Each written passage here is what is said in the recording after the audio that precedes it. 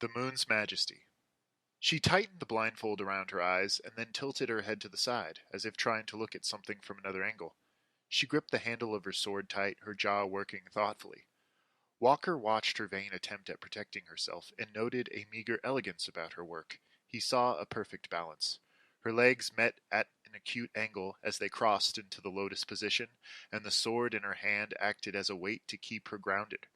Her back was to the water, and if she chose to let go of that weapon, which outsized her by more than a few pounds, she would go tumbling backward down the hill and into the sea. She couldn't see the water crashing at her back, but she could hear it, and Walker was sure the noise filled her head. Her purple robes were torn and frayed at the knees, and the sash had long ago been discarded, making for a loose-fitting garment of soiled silk, barely hanging off her shoulders. She had chopped her hair short just recently, and he looked upon her face for the first time, which held a boyish quality he quite admired. Her jewels were gone, traded months ago for spending money. Her slippers were now replaced with hemp sandals, and her arms and legs were ripe with bruises and scrapes. Her face was no longer rosy. It was tan with sun and hard like leather. She was so beautiful. Walker tried to keep her mind occupied. He wanted her to forget that they only had a slice of bread to their names and two dull swords to protect them from harm. He wanted her to forget that she would never see again, if only for a moment. So he told her a story as they sat upon that barren hill, where the grass did not dare to grow, and where a circle of ritualistic stones kept them enclosed inside a pit of spent magic. Walker couldn't say what that hill had once served as: a refuge, a home, or a place of sacrifice. Now it was there to mark the place of his last stand. He told her a story. It was the only one he knew. "Do you know what my first memory is?" he asked her. He leaned against his walking cane and folded into a sitting position. The morning was new all around them, and the cool wind picked up, spraying them with ocean foam. He turned up his soiled collar, but she was unmoved, clutching her sword defiantly, staring into the darkness of her blindfold and into the darkness of her own mind. "It seems so strange, but I was only a lad. I remember looking out at a road, and would you believe that it grew before me, as though it were being paved before my very eyes? I had a knapsack in my arms. I'm not sure where I got it. I wasn't sure what I was doing or who I was. I followed the road and found a cottage. Two people took me in, and they became my mother and father. My father was a magician, and my mother a priestess. My father taught me the art of alchemy, which later became my base interest in medicine. My mother taught me about the oversoul and the path to enlightenment.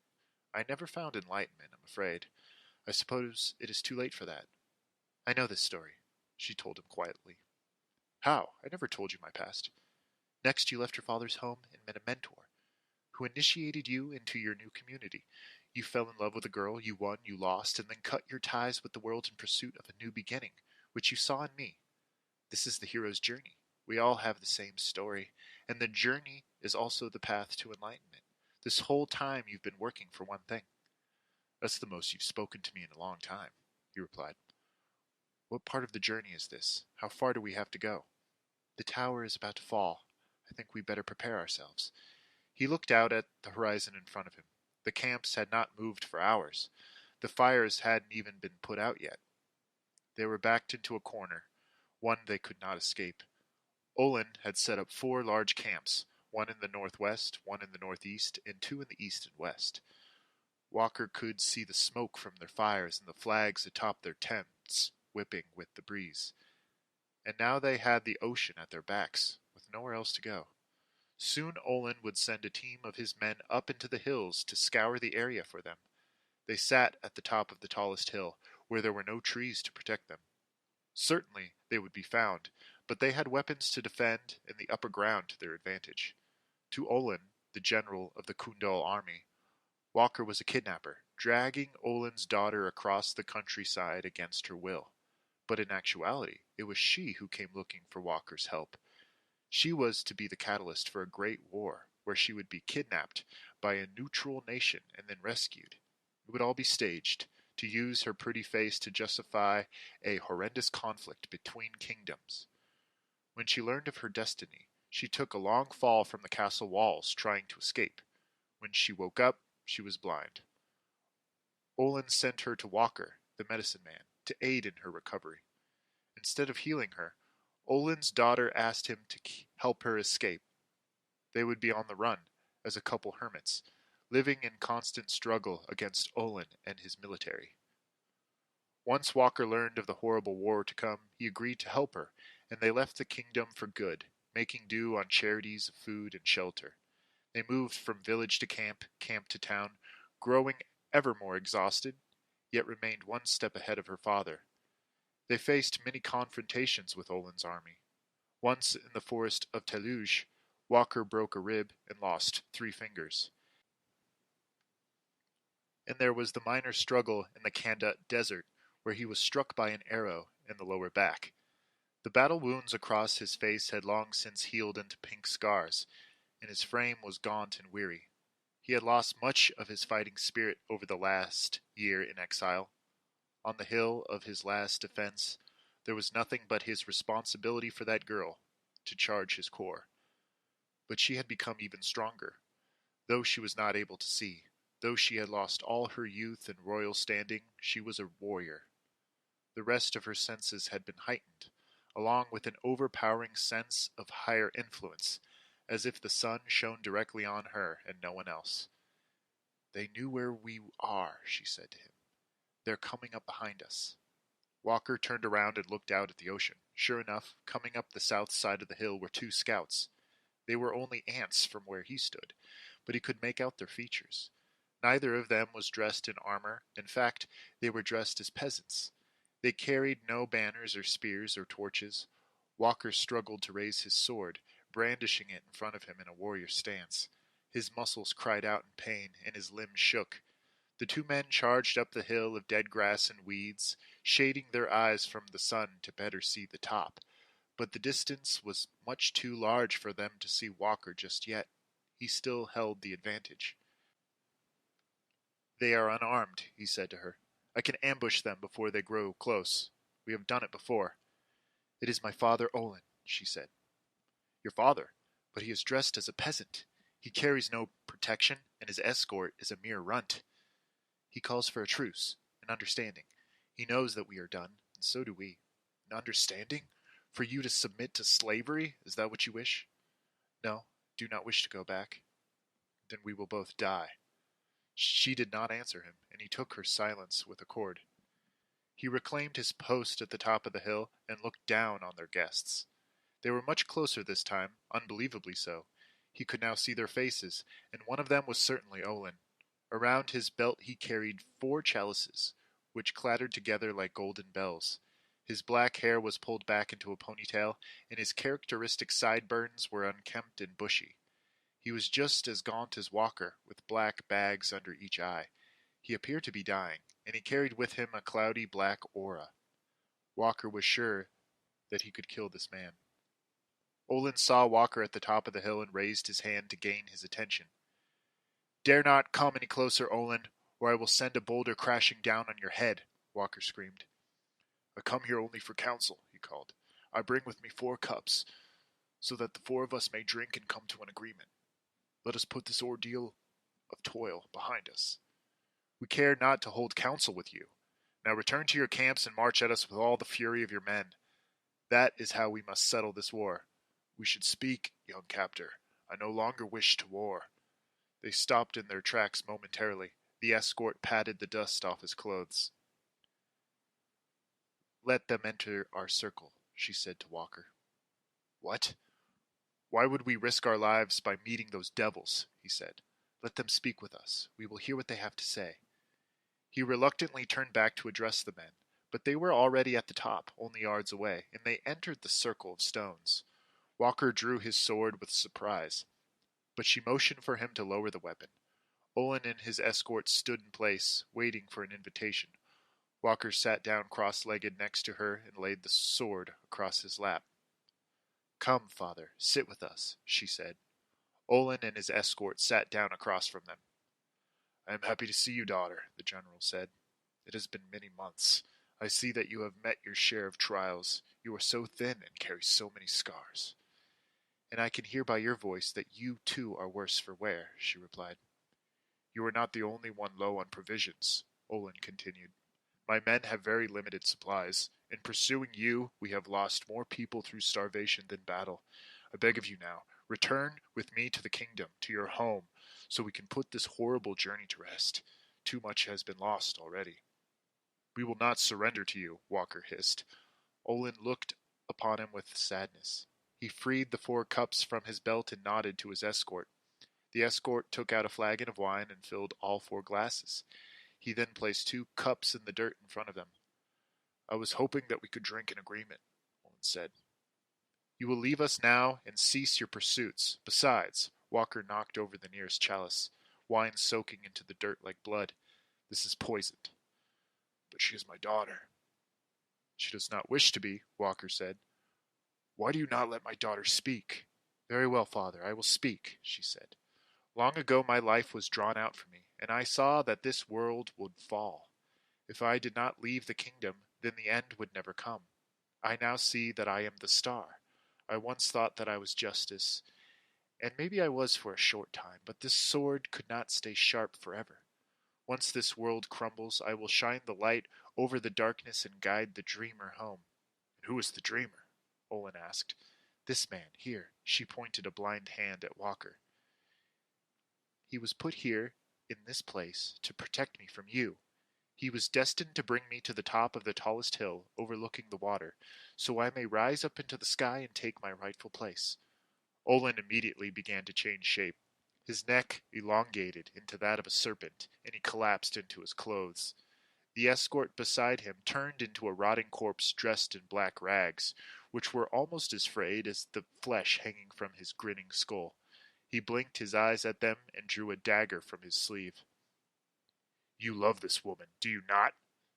The serpent asked Walker. I do, he screamed, rising to his feet.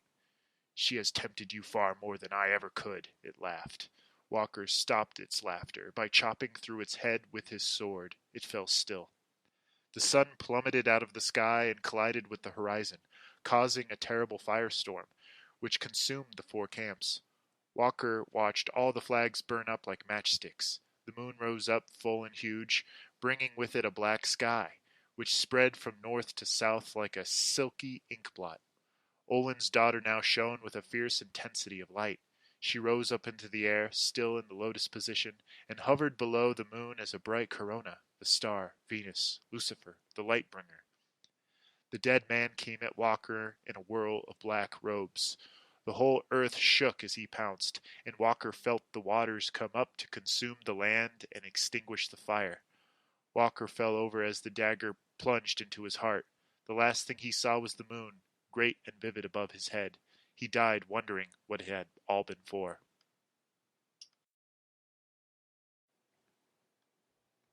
Moon's Majesty, Part 2. That's right, Mr. Walker. Blink a few times now. Try to move your fingers for us. Very good. Now your toes. Excellent. A light burned over his head. It was as big and bright as the sun. He wanted to open his eyes all the way, but the light was much too intense. We'll dim the spotlight for you now. How's that? You can sit up if you like. He sat up with the help of the men around him, and they got him to put his feet on the floor. We won't have you try and walk just yet. Just sit there for a moment and answer our questions as best as you can. The man speaking was short and trim, wearing a white lab coat and latex gloves. There were 3 other men in white standing around him, and another 2 men across the room dressed in gray uniforms. They wore guns on their belts. They frowned at him from their place by the door. He looked around the room and saw that it wasn't much of anything. It was a concrete cell with a large spotlight in the ceiling. There was barely enough room for his bed, let alone the 7 extra men. The door looked heavy, locked into place with a steel bar. My name is Dr. Renard, the little man said. Do you know your name? Try to speak. Terrence, my last name's Walker, he croaked. His hands explored the many different wires stuck to his forehead and chest by suction cups. Those wires led into the ground, into what was conceivably nothing. Don't play with those quite yet. We'll take them off shortly. Now, you are Terrence. Is there anything else you remember? Think hard now. I remember a hill. There was a star in the sky. I killed a snake. The doctor nodded his head. Memories from the dream, no doubt. No, do you remember why you're here? Do you know what this place is? Looks like a closet. Yes, it's small to maintain space. We have many occupants here at this facility, and this is all the space that is allotted, I'm afraid. This is a prison cell, Mr. Walker. You've been imprisoned here for 20 years. We've kept you in a period of rest for that entire time, administered to you by a powerful sedative. We have been monitoring your brain activity here with the wires to make sure that you were kept under for the remainder of your time here. What are you talking about? I was never imprisoned. I grew up in Kundal, Terence murmured. I was a medicine man. I was a master of alchemy. The past year I was on the run, I protected the general's daughter, and that was a simulation and nothing more. It seemed real, no doubt. It was supposed to seem real, the doctor said. We've been using experimental technology in the last decade to better control our prison systems. By sedating every inmate, we cut costs of food and clothing, we conserve room, as you can see, and we avoid risk of inmate-related violence, which was an inescapable problem of the past until now. You were kept alive on a life support system, and twice a day we sent a shock to your brain, allowing your body to wake up and sleepwalk around your room for a short bit of exercise. Now, men like you, who are here to be punished for their crimes, are put into a very deep sleep that can last up to 50 years. And just like a dream, you believe that you're awake and active during your sleep, living out a very real life. The drug is able to unite the unconscious and conscious hemispheres of the brain and bring them into a perfect equilibrium, where illusions of the unconscious or dreams are acted out as though they are absolutely real, with all the hunger, sleep, and five senses we take for granted here in the real world. How? How could that have been a dream? An understandable reaction. It is disorienting, I know, but it will all start coming back to you. You see, we didn't create your dream world. You did. We only set the stage. A dream is like an ink blot test. We supplied the blank canvas and dripped the paint on it. You interpreted the dream for what it was and built it as you went along, becoming stronger and stronger as it became more and more real. As this was no ordinary dream, am I right? Besides the fact that it was long, you had all the freedoms that you would have in the real world. You could eat food, perform sex, and go to sleep at night without a second thought, and all of it felt extremely real. This technology allows the prisoner the free comfort of freedom even in a padded cell.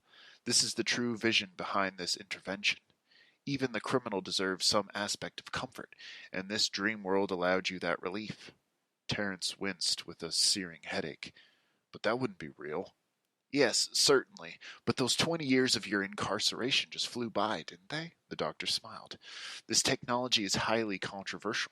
The argument is that the criminal doesn't have the time to think about the crime and truly find his day of judgment, that this dream state is only distracting him with false ideals. Yet the entire prison is run on this technology. Like I said, there's no such thing as bad publicity. You have to let me go, Terence pleaded. I'm afraid not. We woke you because this is your day of judgment, Mr. Walker. The agreement is that the sleeper has to be awake for his execution, so he can remember what he did and pay the penalty for it. I'm afraid that day has come. But I didn't do anything wrong. I shouldn't be here. Terence attempted to stand, and the three men restrained him back into his bed. Seeing how weak he was, he stopped thrashing, but the doctors did not let go. You don't have any memory of what you did? The doctor asked him. No, I didn't do anything. I protected that woman. I loved her, Terence screamed. What woman? The star. Was her name Maggie White? No, I don't know who that is. This is common. The subject has a hard time differentiating between his two lives, he told the others. The doctor extracted a tape player and set it down on the bed. We tape the confessions of all our inmates in hopes of jogging their memories at the end. The doctor pressed play, and Terence recognized his own voice inside the little speaker. My name is Terence Walker. I'm 27 years old, and I was arrested a month ago for murder. Yesterday in court I was found guilty of murdering Maggie White, my girlfriend, 4 years. I held her captive in my basement for 2 months in hopes of protecting her from her abusive father. I also murdered her father when he came to my door looking for her. I was only trying to help her. The voice was softer now, grinding away to nothing. Terence found that he was starting to cry. Her strange father came looking for her after her mother died. He only wanted the money Maggie inherited from the will, and he wouldn't take no for an answer. He became physical. The voice was rising again, now with fire. She wanted it all to end. She wanted to go to the police, but it was her father. and she couldn't bring herself to do it. I promised to help her. I offered her my home, and when she was reported missing, I hid her in my basement. I fed her, but when the police started questioning me, I panicked and locked her down there. I refused to open the door, fearing, I don't know. I was afraid that if I opened the door, she would leave me forever, after all I did for her. Then her father came to me. He didn't suspect me of anything. He was worried. He only wanted peace of mind. He heard her screams. I had to kill him. I I started to pretend that nothing was wrong and that there was no one dying in my basement. I went to work as normal. I went about my life. I was burying her father in a cemetery when I was caught. I don't know. It all seems meaningless now. Mr. Walker, what about the girl's eyes? This was a new voice, an unnamed interviewer. Oh, that. I didn't have anything to do with it. Terrence's voice was so calm, almost mechanical. When they found her body, some animal had taken them. I've seen mice down there before. The tape ran out and the doctor pressed the stop button. Now do you remember? The doctor asked. Terrence continued to weep under the restraints of the three men. That wasn't me. I didn't do that to her. I protected her. I kept her safe from him. I'm a doctor, just like you. Please, please, you have to know that wasn't me. That was your voice, Mr. Walker. And that other reality, that was a dream. Whatever you think you did, none of it was real. None of it matters. You killed two people, and now you must be judged. The doctor motioned for the two guards at the door, and they walked forward to grab Terrence. No, no, this is the dream. I'm going to wake up now. The doctors pressed their backs to the wall as the guards grabbed Terrence under the arms.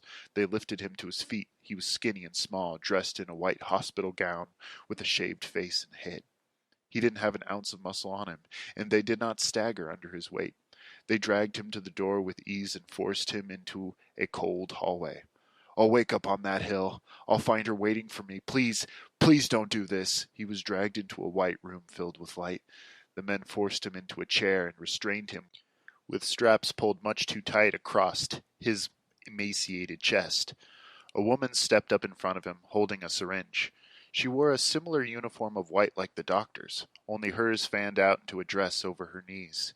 She had a white surgical mask over her mouth, and her blonde hair was pulled back into a bun. No, no, I didn't hurt her, I didn't hurt her, he screamed as she stuck his arm with the needle. The woman stepped back and then suddenly changed. She became an angel in an aura of white light. Her wings expanded behind her back, and her hair swept from right to left. The syringe was now a brass horn, and she put it to her lips and blew a call. The white light consumed her, leaving Terence in a colorless void of silence. He closed his eyes, and when he opened them again, he lay at the base of the hill, the water rolling up the beach and tasting his fingers. He must have rolled down the hill, possibly to escape the man with the knife. Nighttime was gone, replaced by the sun. He was alone, and he bled out from the chest. The sky was blue and clear. He looked out at the ocean and spotted a boat sailing away from the shore. In this boat was the Star, Olin's daughter. She was no longer blindfolded, and she did not carry her sword. She had glorious angel wings and a brass horn in her hands. She sat stoically, looking at the hill with a solemn gaze. Even as she drifted farther away, he could see her blue eyes shine in the sunlight. This is real, he told her, and even though it was nothing but a whisper, he knew she could hear him. This is what counts. You were right. I was always on the path to enlightenment, and that dream, that horrible place, was what I had to wake from. I will die in this world. And now you are enlightened? Her voice seemed to speak to him from inside his head. I don't know. You must begin again.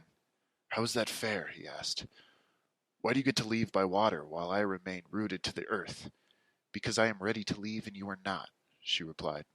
I can see again, but you are still blind. You're back where you started, on the same stretch of ground, but you can start again and do things differently. But don't be confused. I forgive you. I'm sorry if I ever hurt you. I'm truly sorry, he cried into the sand. What was your first memory? She asked. You were only a lad, and you created the road out of nothing, for you to walk on. Do that again. It's an ink blot test. You create your own surroundings. You make your own meaning. I've heard that before. Where did I hear that? But the boat had already disappeared over the horizon. He hung his head and fell quickly to sleep. The world reduced itself into nothing under him. All memory, all thought, all sense and pain were cleared from his slate, giving birth to a new world of darkness. When he opened his eyes, he was only a child, and he carried a knapsack in his arms. A road stretched out before him, and he blinked in bewilderment, not knowing where or who he was. All he knew was that he had a road to travel on. He looked at his hands and saw that he wore handcuffs around his wrists. Was he being punished? What had he been born to carry with him? The road seemed new, but he started to think that he had done this before in another life, only a dream now, and he would have to do it again. If only he could remember what he had done wrong. He would have to figure that out, he supposed. He wished that it was easier to remember a dream, especially when the brain was so hell-bent on piecing it together. All those dark visions swam at his back, prodding him forward, and he took his first step into the sunlight. He looked up into the sun and immediately lost his sight. Soon he would forget what it was like to see altogether. He staggered forward into the dark world, begging for an explanation. He begged for something. If only dreams weren't so cryptic and senseless, he thought to himself. If only.